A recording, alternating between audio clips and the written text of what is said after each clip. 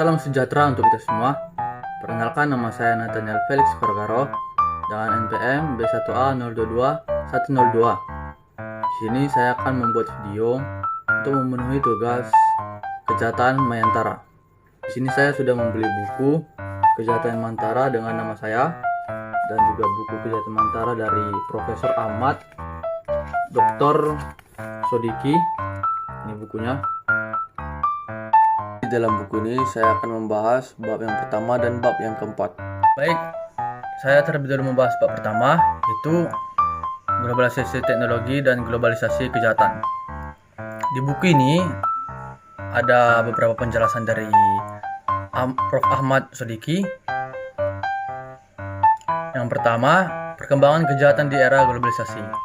Globalisasi ini melahirkan rumah baru, yang mana pada abad 20 muncullah kata globalisasi, yang mana hal tersebut pada saat revolusi transportasi dan elektronika. Yang kedua, informasi sebagai komoditi.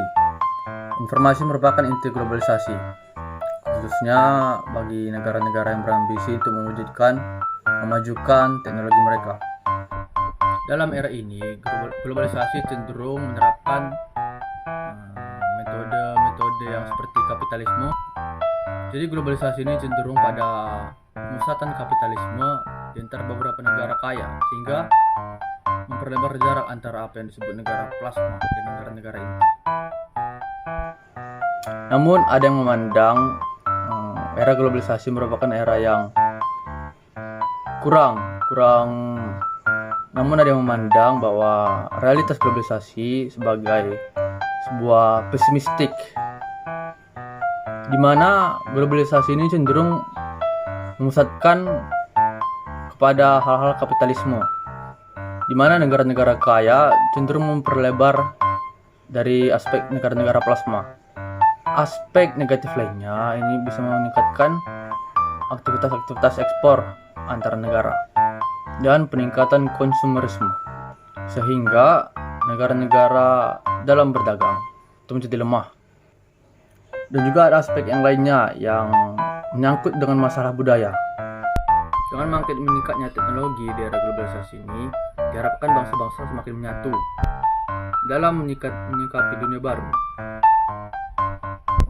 Dengan semakin meningkatnya efek globalisasi ini, jadi teknologi-teknologi informasi baru dapat meningkatkan kesatuan dari berbagai negara-negara.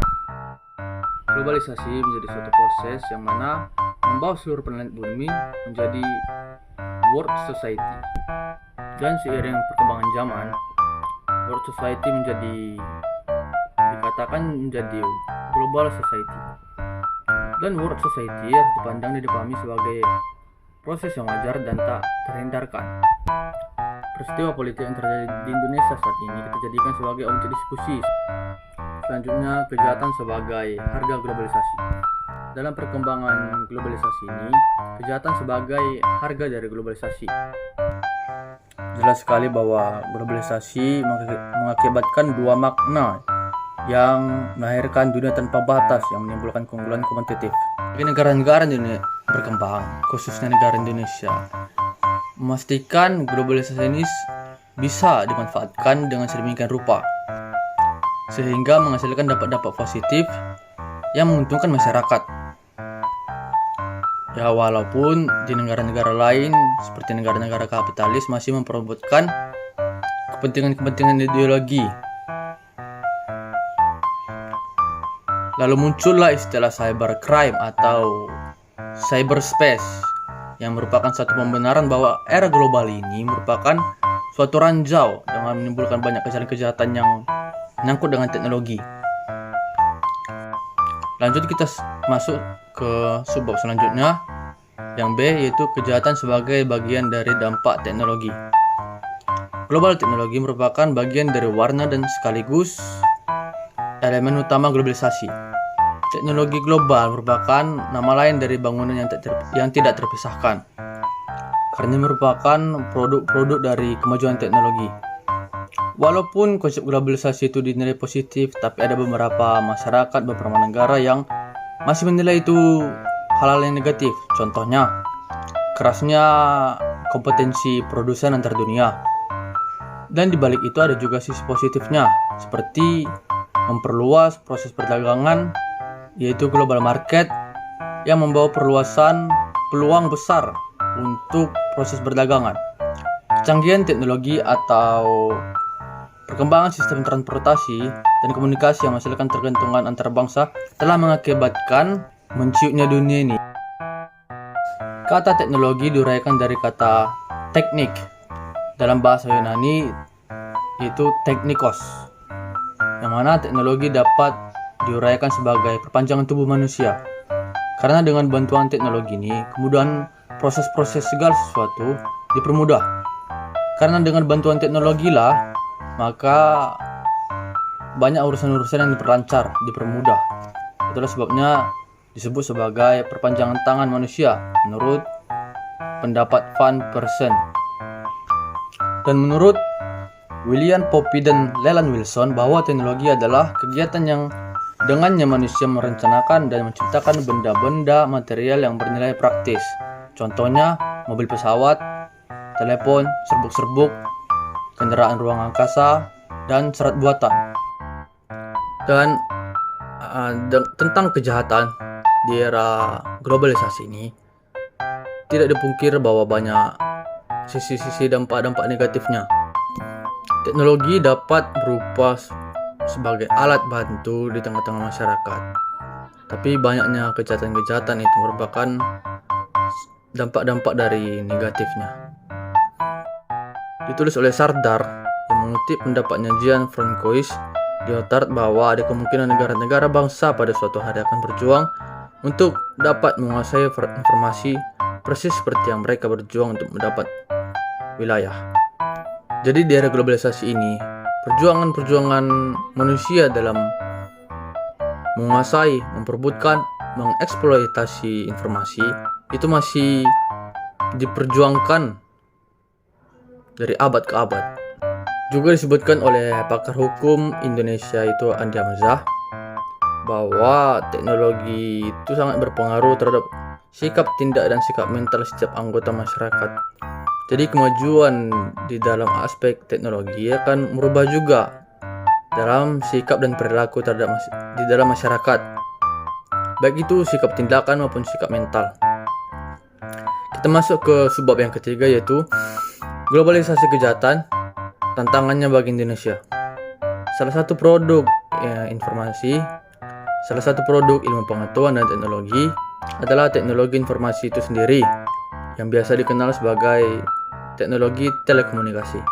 Teknologi ini membantu sesama manusia, antar manusia dalam berkomunikasi, berinteraksi antar komunitas, dalam arti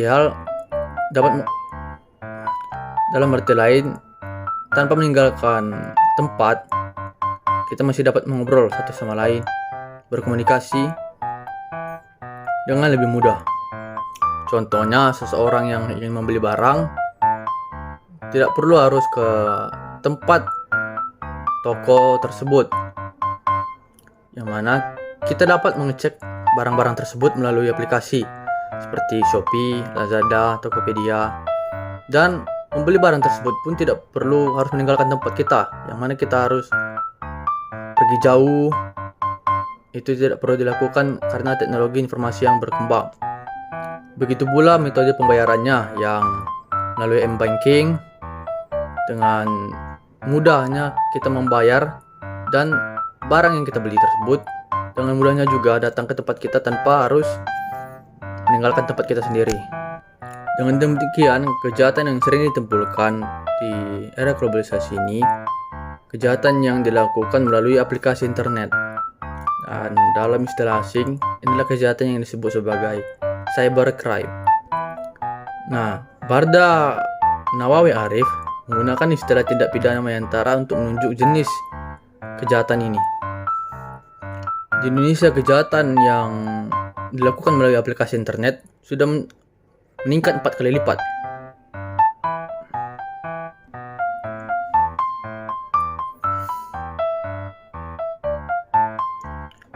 Di Indonesia, penyalahgunaan jaringan internet sudah mencapai tingkat yang memprihatinkan. Di Indonesia, kejahatan yang menyangkut internet sudah mencapai tingkat yang sungguh memprihatinkan.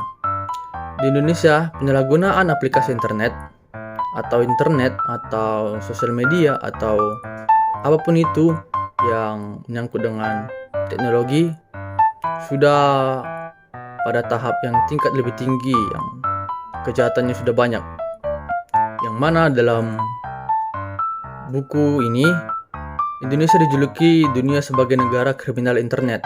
Pada Januari sampai September tahun 2002, dicatat bahwa pihak Kepolisian Republik Indonesia mengungkap 109 kasus tindak pidana TI, teknologi informasi, yang dilakukan 124 WNI yang dilakukan di kota-kota di Indonesia.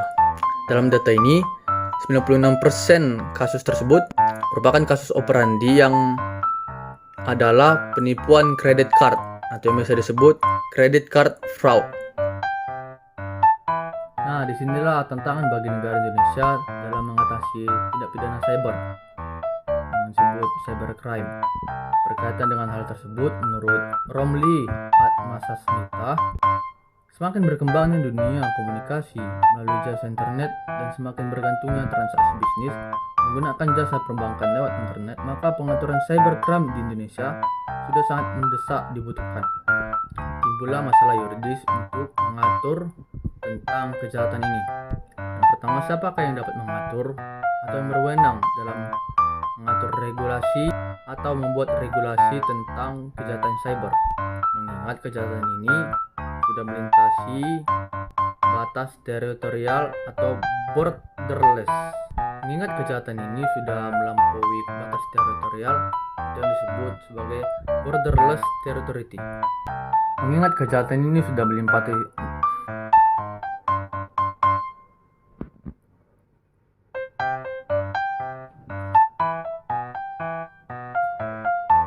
kedua, berkaitan dengan asas legalitas yang ada di Indonesia, yang mana kita ketahui bahwa asas legalitas merupakan asas yang fundamental di dalam hukum pidana. Jadi permasalahannya, apakah kejahatan di dalam dunia maya dapat dijerat hukum pidana dengan melalui cara penafsiran, mengingat kejahatan tersebut merupakan kejahatan yang baru. Selanjutnya saya akan melanjutkan ke pembahasan yang berikutnya, yaitu pembahasan yang bab keempat tentang cybercrime dan penegakan hukum. Saya akan masuk ke dalam subbab yang pertama, yaitu cybercrime Indonesia dalam bahaya. Di era globalisasi informasi ini sudah bisa atau sering kita rasakan akibat buruknya bagi kehidupan dan peradaban manusia. Manusia sudah banyak diuntungkan oleh berkembangnya teknologi informasi, diberi proses kemudahan dalam berkomunikasi, berdagang, maupun hal-hal yang lainnya. Walaupun di sisi lain, manusia masih juga benar-benar memanfaatkan hal tersebut sebagai melakukan kejahatan, yang mana di dalam berkembangnya teknologi informasi ini semakin akrabnya manusia dalam melakukan tindak pidana kejahatan, yaitu cybercrime. Sejak dikenalnya jaringan internet atau yang biasa disebut interconnected computer networks, maka mulai pula computer crime dikenal sebagai cybercrime dan mulai masuk mendalam lagi ke dalam permasalahan hak kekayaan intelektual, seperti menjiplak buku, mengatasnamakan diri kita, padahal yang menciptakan buku itu, yang menerbitkan buku itu, bahkan yang menulis buku itu bukan diri kita. Itu seringkali yang menjadi tantangan dan juga dampak negatif dari komputer cybercrime. Dan tidak luput juga kejahatan ini biasanya dilakukan oleh hacker atau cracker, yang mana hacker ini biasanya mengambil atau juga mencuri-curi data kita, menyabotase, memblokir akun, mencuri akun, dan hal yang lain sebagainya. Komputer adalah alat teknologi yang canggih yang diciptakan manusia untuk mempermudah kita dalam berkehidupan. Akan tetapi, komputer juga bisa disalahgunakan. Contohnya, bisa menyebarkan virus-virus yang jelas-jelas membahayakan aspek-aspek strategis yang manusia punya. Para pelaku di dunia maya seperti programmer dan penyebar virus bisa memanfaatkan komputer ini, dan penyebar virus bisa memanfaatkan komputer untuk menyebar eksperimen virus, komoditi atau penjual virus, hingga menjadi kompetensi untuk memperebutkan kemenangan tentang siapa yang paling kapabilitas dalam menciptakan virus. Dunia maya menjadi tempat yang semakin luas, semakin bebas dalam melakukan tindakan-tindakan kriminal. Dan mereka juga pastinya belajar untuk mempergunakan teknologi yang canggih tersebut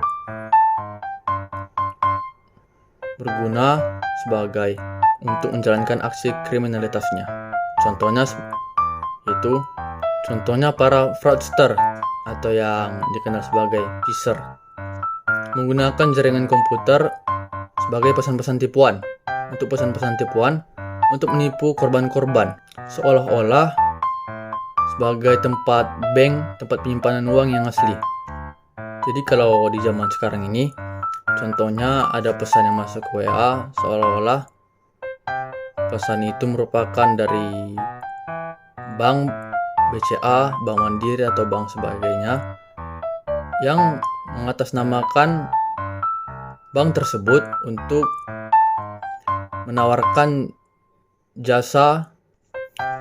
pinjaman-pinjaman yang sangat menggiurkan para korban, sehingga waktu kita mengklik atau mengaksesnya, semua m-banking kita terkuras dan hilang lenyap begitu saja. Secara garis besar, cybercrime ada dua jenis. Secara garis besar, cybercrime ini memiliki dua jenis. Yang pertama, yaitu kejahatan yang menggunakan teknologi informasi. Sebagai fasilitas, dan kejahatan yang menjadikan sistem dan fasilitas teknologi informasi sebagai sasaran. Contoh jenis pertama adalah credit card. Contoh yang pertama adalah credit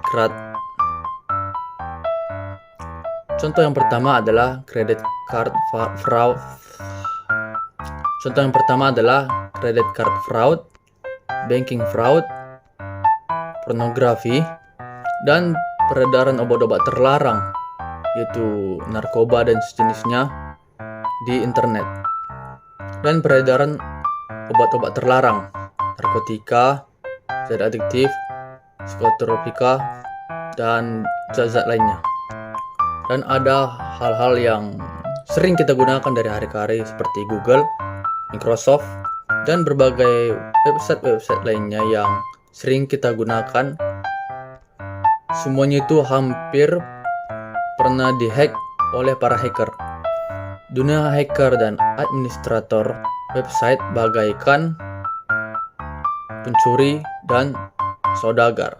Pencuri selalu mencari celah untuk dapat menjahati saudagar.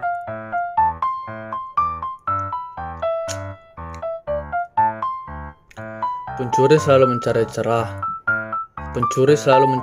celah untuk mendapati saudagar. Berbeda dengan dunia nyata, dunia maya, pencuri ataupun pelaku-pelaku kejahatan bisa dengan duduk santai, dengan tenang, sambil tiduran. Tidak perlu tangkap basah sedang melakukan pencurian. Bisa menentukan yang mana sasaran yang tepat dan mana sasaran berikutnya. Dan kejahatan dalam internet juga tidak sebatas dengan hacker. Dapat juga seperti carding, viruses, pornografi, pornoaksi, dan kejahatan-kejahatan lainnya yang dapat merusak mental maupun kehidupan manusia. Maka dapat dipahami sebagai berikut. Yang pertama, Kejahatan atau crime merupakan potret realitas konkret dari perkembangan kehidupan masyarakat yang secara langsung maupun yang tidak langsung yang sedang menggugat kondisi masyarakat, bahwa di kehidupan masyarakat ada celah kerawanan. Yang kedua, cybercrime dapat disebut sebagai kejahatan yang berelasi dengan kepentingan seseorang atau sekelompok orang. Ada seseorang yang memanfaatkan ataupun dimanfaatkan oleh teknologi untuk memperluas daya jangkau cybercrime, seperti kepentingan bisnis, kepentingan politik, kepentingan agama juga, kepentingan agama dan kepentingan lainnya yang dapat menjadi alasan ataupun dalil untuk seseorang melakukan kejahatan cybercrime. Ketiga, cybercrime merupakan salah satu jenis kejahatan yang membahayakan kehidupan individu, masyarakat, dan juga negara. Jenis kejahatan ini tidak tepat jika disebut sebagai crime without victim, yaitu kejahatan tanpa korban. Malahan, kejahatan ini merupakan kejahatan yang dapat menimbulkan korban secara berlapis-lapis, baik secara publik maupun secara privat. Yang keempat, cybercrime telah menjadi kejahatan yang serius yang bisa membahayakan keamanan individu, masyarakat, dan juga negara. Karena pelaku-pelaku cybercrime secara umum adalah orang-orang yang mempunyai kekhususan keilmuan dalam bidang teknologi, yang mana mereka memakai kekhususan keilmuan itu untuk melakukan kejahatan. Yang kelima, korban dari kejahatan ruang maya atau cybercrime semakin hari semakin beragam. Kegiatan-kegiatan bernegara, bermasyarakat tentu semakin hari tidak selalu bisa dijamin aman oleh negara. Hal ini membuat kemampuan dari intelektualitas dan teknologi pelaku kejahatan tidak bisa dianggap ringan. Dan teknologi pelaku kejahatan tidak bisa dianggap sepele oleh para penegak hukum, karena siapapun dapat menjadi korban dari kejahatan ini. Dalam buktinya, kejahatan ini semakin hari semakin meningkat, bahkan semakin maju, melampaui kemampuan aparat untuk menanganinya. Jadi apabila aparat penegak hukum tidak memadai atau mengimbangi pelaku-pelaku kejahatan cybercrime, maka dapat menimbulkan rasa takut dan merusak sistem tatanan dalam masyarakat.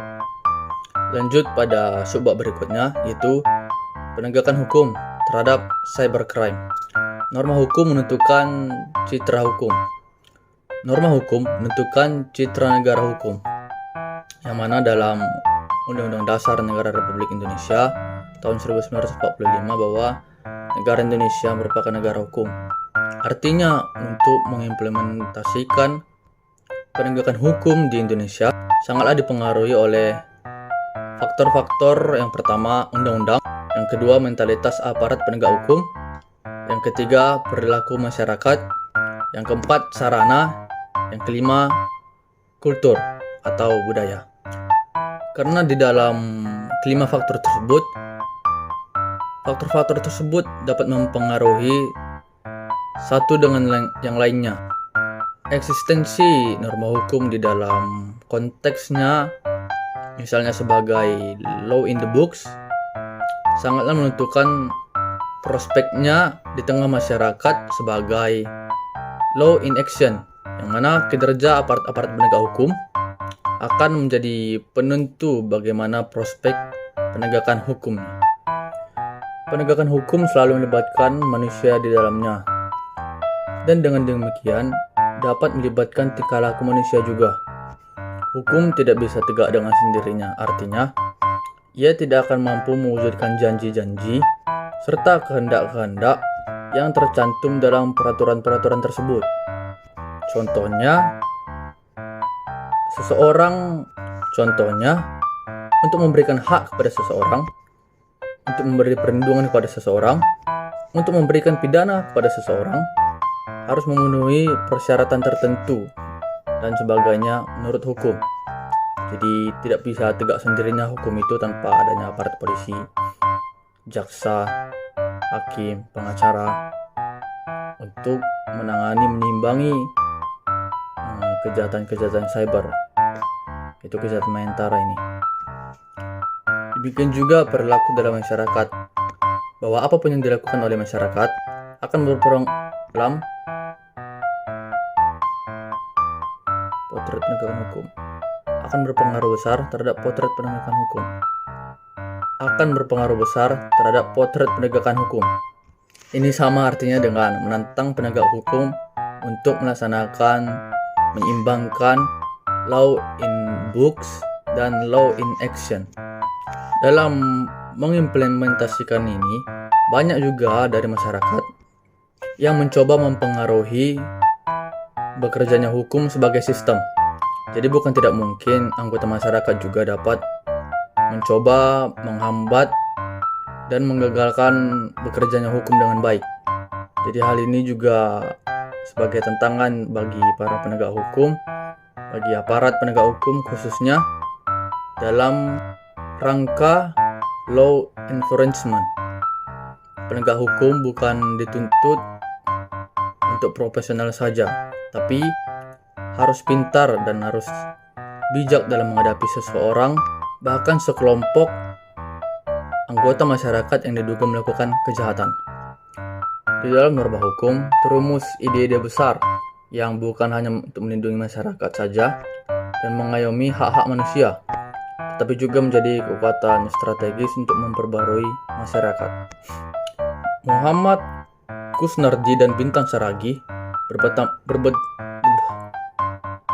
Kusnardi dan Bintang Saragi berpendapat bahwa negara hukum menentukan alat-alat perlengkapannya yang bertindak menurut dan terikat kepada peraturan-peraturan yang ditentukan terlebih dahulu. Muhammad Kusnardi dan Bintang Saragi berpendapat bahwa negara hukum menentukan alat-alat perlengkapannya yang bertindak menurut dan terikat kepada peraturan-peraturan yang ditentukan terlebih dahulu oleh alat-alat perlengkapan yang dikuasakan untuk mengadakan peraturan-peraturan itu. Jadi alat-alat negara harus bertanggung jawab untuk menggunakan hukum sebagai senjata guna melawan berbagai kejahatan yang akan, sedang, atau telah mengancam bangsa. Kalau kita sepakat mengakui esensi hak, tentulah kita mengacu kepada Undang-Undang Nomor 39 Tahun 1999 tentang Hak Asasi Manusia, di mana dalam pasal 1 angka 1 disebutkan bahwa bunyi pasal 1 angka 1, hak asasi manusia adalah seperangkat hak yang melekat pada hakikatnya dan keberadaan manusia sebagai makhluk Tuhan Yang Maha Esa dan merupakan anugerah yang wajib dihormati, dijunjung tinggi, dan dilindungi oleh negara, hukum, pemerintah, dan setiap orang demi kehormatan serta perlindungan dan martabat manusia. Jadi Undang-Undang HAM tersebut mengingatkan kita dan sebagai rujukan supaya kita mau menghormati eksistensi hak manusia. Di antaranya adalah hak-hak di bidang intelektual. Penghormatan yang bisa diberikan jika aparat negara bisa melindungi hak-hak masyarakat, hak-hak manusia dari perbuatan-perbuatan yang melanggar hukum yang merugikan. Jadi salah satu hak intelektual yang mengancam dan jadi salah satu bentuk kejahatan yang mengancam hak intelektual yaitu cybercrime.